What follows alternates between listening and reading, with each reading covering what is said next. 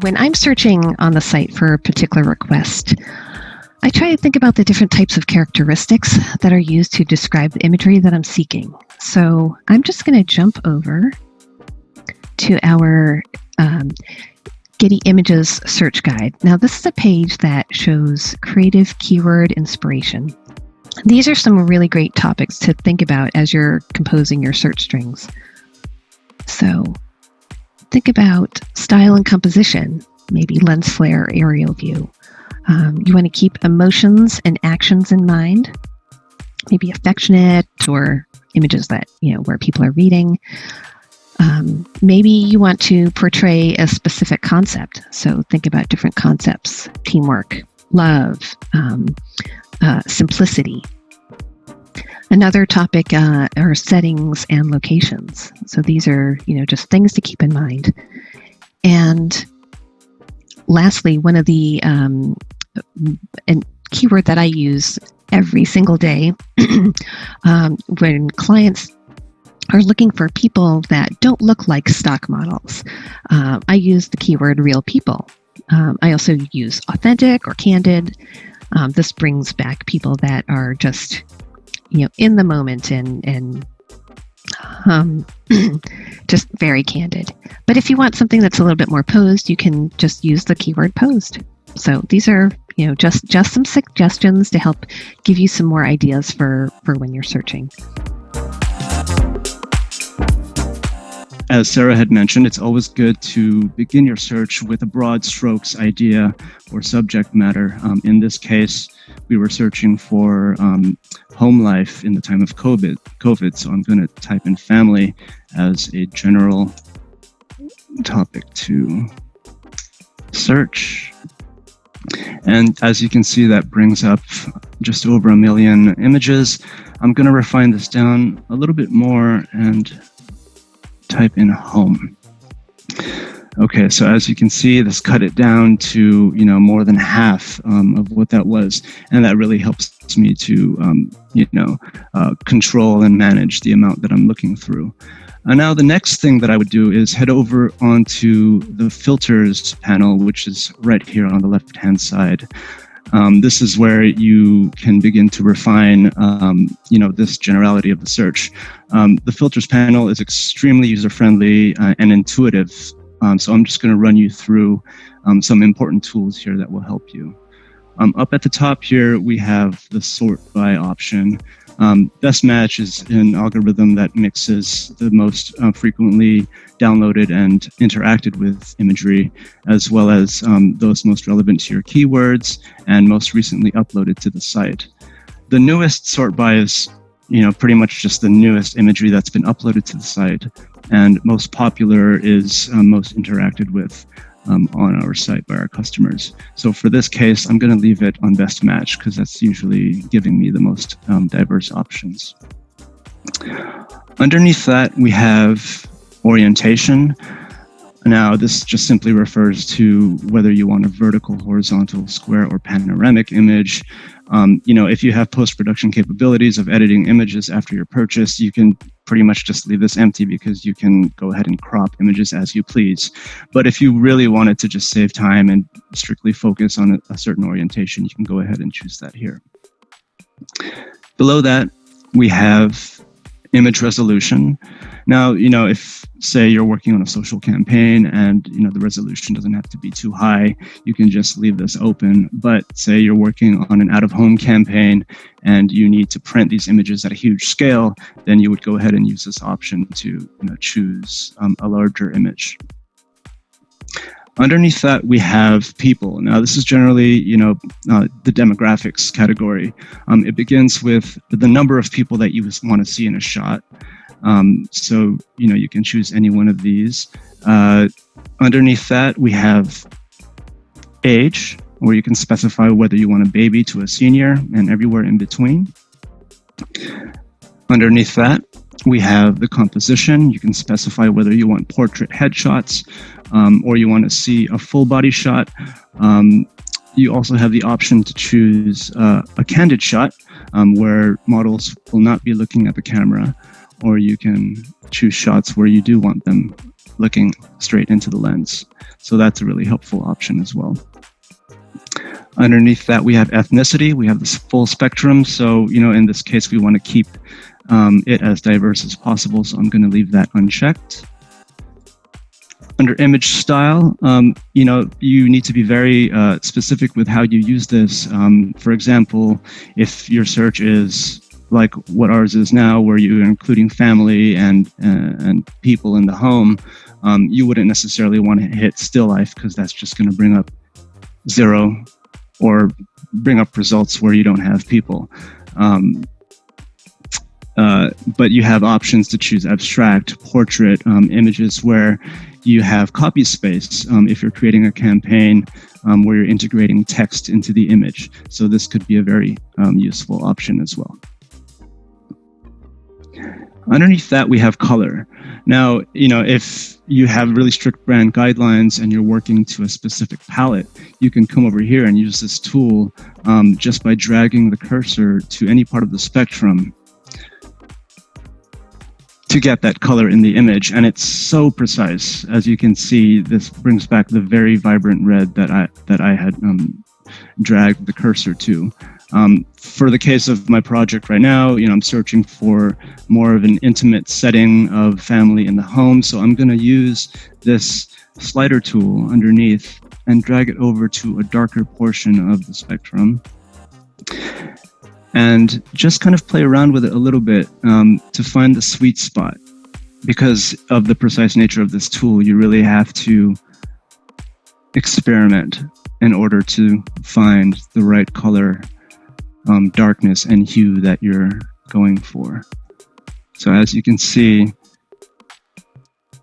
now it's pulling up images that have more of a framing of shadows around the image and a play of darkness and light with a more intimate tone and closeness within the subjects of the image. Additionally, you can enter a specific hex code from, say, Photoshop or Illustrator. You can choose to search purely black and white imagery, or you can just choose to have this unchecked to keep your options wide open. Underneath that, we have locations. If you need to have models shot outside of the US or in any other part of the world, then you would come here and specify that. Additionally, if you're looking for a specific landscape in nature, you can go here to specify that as well. Under photographers and collections down here, once you get more familiar with the site, you'll become more familiar with photographer names and collections that they're held in. So you would simply just go to this part of the filters panel and type in a name of a photographer that you like, which will automatically turn up in the list here. And the same goes for the collections. We have a huge variety of collections, from ultra polished premium commercial imagery to more user-generated content imagery, like our IM and our 500px collections. So definitely keep an eye out on where these images are coming from and use this as a way to get to what you need much faster. When an image really catches your eye, you want to click into it to explore further, to really investigate if there are any more just like it or similar, by scrolling down into the asset details page and looking for same series images, or scrolling down further to the bottom of the asset details page to find the cluster of tags and keywords that are associated with this image. Now, this is where you would go to really just get a sense of the unique vocabulary that we use here at Getty Images for our tagging system. Vocabulary that wouldn't necessarily be at the forefront of your mind as you're doing a search. Say, part of a series as a keyword. You can simply use this directly in the keyword search bar, and it will bring up images that have a series. Domestic life, positive emotion, and even as specific as a location like New South Wales. So, just really use this as your guide and as your reference point for getting an understanding of the vocabulary that we use for tag words and keywords. Additionally, we have the details section here, and this is where you would find a link to the photographer's collection. Now I'm just going to click into this to see if the photographer has any more of what I like. Louis Beaumont, 849 images. As you can see here on the left side, now the photographer has been added as a filter, so I am strictly searching within this photographer's collection. And it looks like, he's pretty consistent. There's a lot of really great family imagery that has the shadows and the light that I really need for my campaign. So I'm going to go ahead and add a couple more to this board. I'll add, this one's good. Okay, cool. Well, that's asset details. Definitely check that out when you can, every time as you're searching through. It really helps to get deeper to what you need.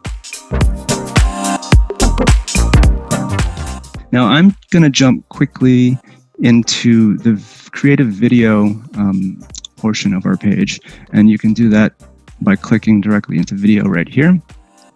And whenever you come into this page, you want to make sure that you're always hitting the creative button before you start searching. Now, the video collection is constantly evolving and growing. Of our 300,000 photographers that contribute to the site, many of them are contributing video as well, and not many people know this. So it's definitely a good resource if this is what you're looking for. Now I'm going to run through the differences in the filters panel for the video collection. Now, this is one of the big differences right here. For video, we have two different license types. We have royalty-free and rights-ready. Now, if you're not familiar with the two, the royalty-free is a licensing model where the fee is based off of the size and resolution of the image, but the usage and the timing is unlimited, so it's just based off the size and the resolution. Underneath that, we have rights ready. Rights ready is a more limited license. It's based on how you're using the image, the length of time you'll be using the image, as well as the territory you'll be using the image in. So definitely more limited, but no less creative and inspiring. So keep those options open as you're doing your search. Underneath that, we have duration. You can specify from 1 to 2+ minutes, and you just do that by dragging the slider as so. Underneath that, we have different formats, 4K, HD, and SD. Underneath that, we have the frame rate. Most of our footage is shot at 23.98 frames per second, but you can specify any of the others here. Release status, if your release is not important, or if you need model and property releases, or you're okay with having model release but not a property release, and you can go and specify that via this option right here. The people demographics is the same as the images, so I'm going to skip that. Under composition, you can specify whether you want a medium, wide, if you want the models looking at the camera, if you want footage that are part of the same series. So this is where you would go to specify that. Under viewpoint, you have everything from lockdown to aerial views to low angle views to one first person point of view. So this could be really helpful for you as well. And finally, we have image technique, everything from time-lapse to slow motion to purely black and white images, even to animations. So a huge variety of options. Definitely check this out when you get the chance. It's really important to just explore the site and get comfortable with using all of these tools. So now that I have a good number of images in my board, I'm going to click over up in the right-hand corner again to view all my boards. And you would do that by scrolling down here to view all boards link. I'm going to click on that really quick. And, this is where you can sort your boards, and you can share them as well by clicking into a link at the far right hand here, and you have an active link where you can collaborate, or you have a read-only link. I'm going to click directly into the board I created, Family Moments 2. This takes me to the individual board. Now, this is a great tool if you are working as an individual or if you're in collaboration. As an individual, you want to use this by using this to sequence images by clicking onto a single image and dragging them to any part of the board. If you're building a storyboard, if you're trying to create a specific color palette, this is a good way to just get a better sense of what you're trying to create. And you can click onto the tile view just for ease of viewing.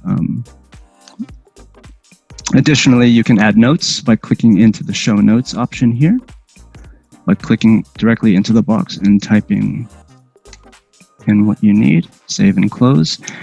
And you can also select individual images by clicking them individually, or if you just want to select all 13 on the page, you can select all 13 by clicking this link up here. And one little trick I like to use is right here where it says the number of selected images, you can double click on this, which will bring up the list of asset IDs of all of the images that you have selected. You can just copy those and paste them into a new board. By going to a new board, clicking into this box on the upper right, pasting, and adding those images. This is also helpful if you are working, on a document in-house and you're managing a huge number of assets. You can easily grab all those asset numbers and email them over to your coworkers, and it's as simple as that. As a collaborative tool, you can likewise share the links. You can comment on the entire board by clicking this link right here. You can comment individually on images, which will post the note right here at the bottom left-hand corner of the image. And that is about it. That's boards.